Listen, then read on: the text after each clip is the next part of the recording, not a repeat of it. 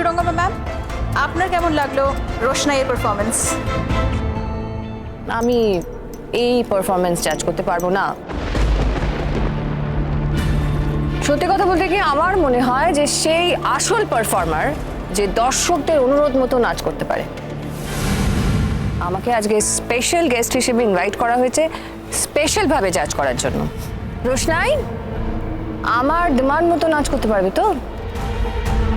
তুমি চন্দ্রকলা, অর্ধচন্দ্র, শিখর আর কপট মুদ্রা দিয়ে একটা পারফরমেন্স করো।